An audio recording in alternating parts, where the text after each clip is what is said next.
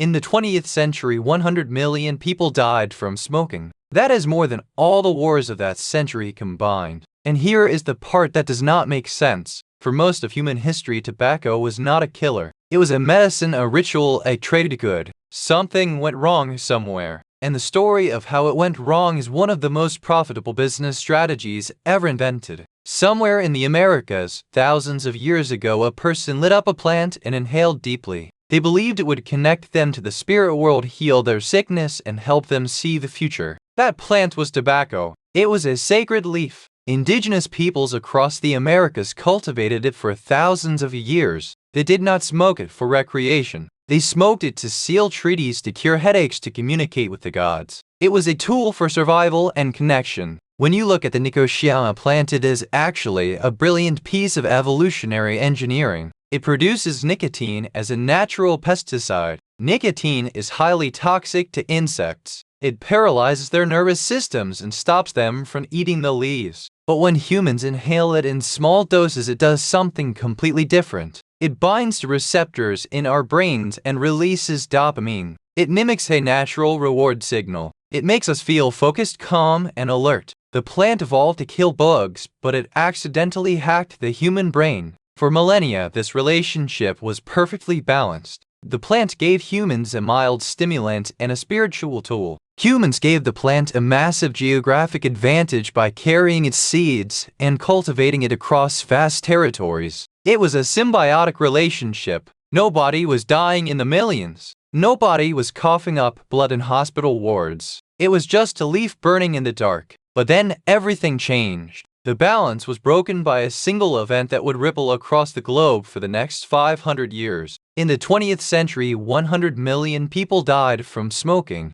That is more than all the wars of that century combined. And here is the part that does not make sense. For most of human history, tobacco was not a killer. It was a medicine, a ritual, a trade good. Something went wrong somewhere. And the story of how it went wrong is one of the most profitable business strategies ever invented. Somewhere in the Americas, thousands of years ago, a person lit up a plant and inhaled deeply. They believed it would connect them to the spirit world, heal their sickness, and help them see the future. That plant was tobacco. Indigenous peoples across the Americas cultivated it for thousands of years. They did not smoke it for recreation. They smoked it to seal treaties, to cure headaches, to communicate with the gods. Shamans used it to enter trances. Hunters used it to stay awake and focused during long nights in the cold. It was a tool for survival and connection. When a stranger arrived in a new village, the first thing you did was share the pipe. It was the ultimate social contract. You do not fight the person you smoke with. When you look at the nicotiana plant, it is actually a brilliant piece of evolutionary engineering. It produces nicotine as a natural pesticide.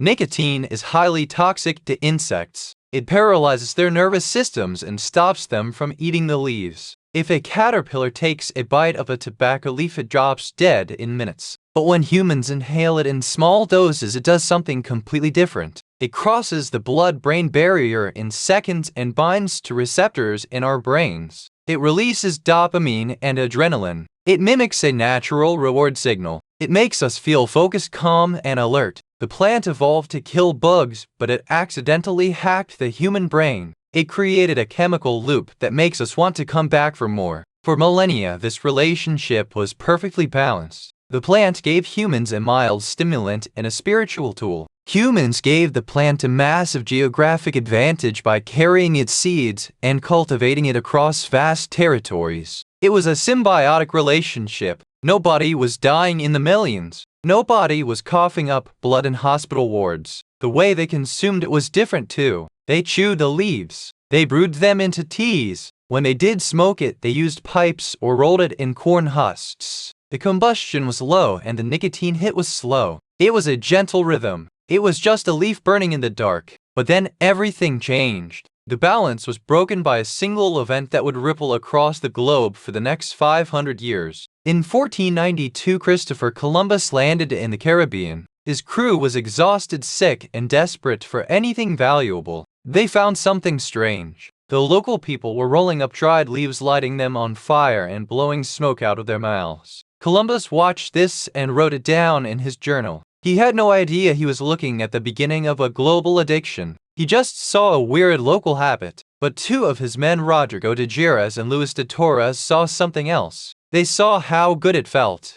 They brought the habit back to Spain. And when the Spanish Inquisition saw Rodrigo blowing smoke out of his mouth, they thought he was possessed by the devil. They locked him up for 7 years. But you cannot lock up an idea. The habit had already escaped. When tobacco reached Europe, it was not immediately a recreational drug. It was marketed as a miracle cure. In the 16th century, a French diplomat named Jean Nicot sent tobacco seeds to the French court, claiming it could cure migraines. He gave it to Catherine de Medici to treat her son's headaches. It worked, or at least the placebo effect was strong enough. The active compound was later named nicotine in his honor. For a while, tobacco was literally sold in pharmacies. People smoked it to cure asthma, toothaches, and even the plague. It was the panacea of the Renaissance. But a miracle cure does not scale like a recreational habit. The real explosion happened when tobacco became a cash crop. In 1612, an English settler in Virginia named John Rolfe figured out how to cultivate a sweeter, milder strain of tobacco from seeds he acquired in the Caribbean. Suddenly, the Virginia colony had a product that Europe could not get enough of. Tobacco became the first true global commodity. It was so valuable that it was used as currency. You could pay your taxes in tobacco. You could buy a wife in tobacco. The entire economic foundation of early America was built on this single leaf. And this is where the story takes its darkest turn. Growing and harvesting tobacco is brutally labor-intensive. It requires constant attention, planting, pruning, harvesting, and curing. The demand in Europe was insatiable, and the supply of willing labor in the colonies was non-existent. The solution was the transatlantic slave trade. Millions of enslaved Africans were forced to work on tobacco plantations under horrific conditions. The wealth generated by tobacco built grand estates in Europe and fueled the early industrial revolution, but the human cost was incalculable. For centuries, the smell of tobacco was inextricably linked to the smell of human suffering.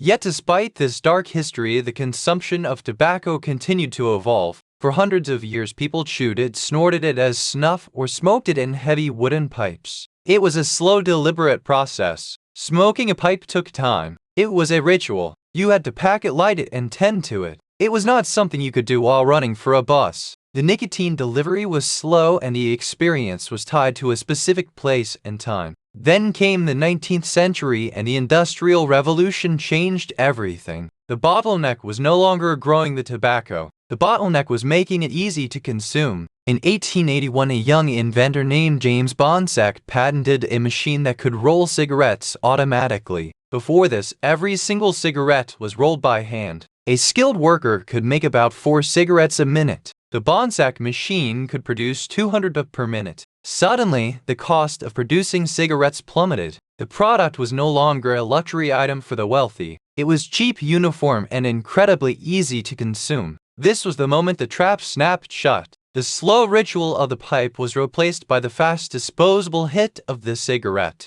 The cigarette was the perfect delivery system for nicotine. It required no preparation. It could be smoked anywhere. It could be inhaled deeply into the lungs, delivering the nicotine to the brain in seconds. The industry had found the ultimate vehicle for their product, and they were about to unleash a marketing machine the world had never seen. The early 20th century brought a new kind of warfare and a new kind of consumer. World War I changed everything for the cigarette. Before the war, cigarettes were often viewed with suspicion, associated with women of questionable morals or foreign eccentricities. But the military realized something crucial. Cigarettes were cheap, lightweight, and provided instant stress relief in the trenches. Governments began including them in soldier rations. Millions of young men learned to smoke in the mud of Europe. When they returned home, the habit came with them. The cigarette was no longer a niche product. It was a symbol of masculinity, resilience, and modern life. Seeing this massive new market, tobacco companies launched marketing campaigns of unprecedented scale.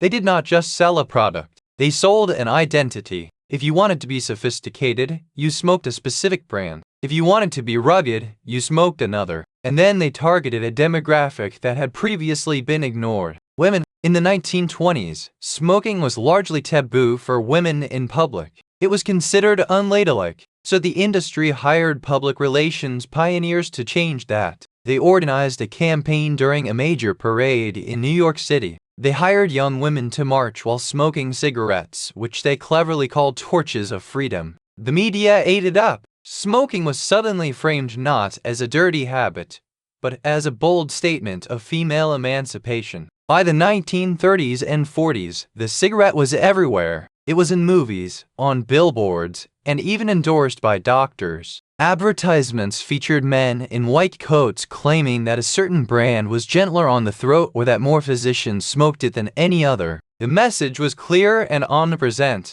Smoking was normal. Smoking was safe. Smoking was the thing that successful, healthy, attractive people did. The industry had successfully decoupled the product from its botanical origins and its dark history. It was no longer a leaf, it was a lifestyle, and the consumption numbers skyrocketed into the billions. But the golden age of smoking could not last forever. In the 1950s, a quiet revolution was happening in laboratories. Doctors noticed a sharp, terrifying spike in a disease that used to be rare: lung cancer. Epidemiologists tracked the data. The correlation was impossible to ignore. Heavy smokers were developing lung cancer at rates up to 20 times higher than people who did not smoke. In 1964, the United States Surgeon General released a landmark report stating clearly that cigarette smoking causes lung cancer. It was a bombshell. But here is the dark secret. Tobacco companies knew. Internal documents from the 1950s, released decades later during massive lawsuits, proved that their own scientists had confirmed the link. They knew their product was addictive. They knew it was lethal. Instead of changing the product, they changed the narrative. They hired public relations firms to manufacture doubt. They funded research designed to confuse the public, suggesting that genetics or stress were the real culprits. They created a playbook of denial. For decades, they fought every regulation, every warning label, and every attempt to restrict their marketing. But the tide eventually turned. Governments fought back. Taxes on tobacco skyrocketed. Advertising was banned on television. Smoking was banned in restaurants, airplanes, and workplaces. The social acceptability of smoking collapsed. Yet the story did not end there. As traditional smoking declined in the West, the industry pivoted to emerging markets in Asia, Africa, and Latin America. And then came the next evolution: the electronic cigarette. Marketed initially as a safer alternative, vaping introduced a new generation to the inhalation of aerosolized nicotine. The delivery system changed, but the chemical hook remained exactly the same. Today, tobacco remains one of the leading causes of preventable death worldwide. It is a stark reminder of how a sacred leaf, once used to connect humans to the divine, was transformed by commerce into a weapon of mass consumption. We took a plant that evolved to deter insects and turned it into a global epidemic. The history of tobacco is a story about human ingenuity, corporate greed, and the terrifying power of a molecule that can hack the human brain.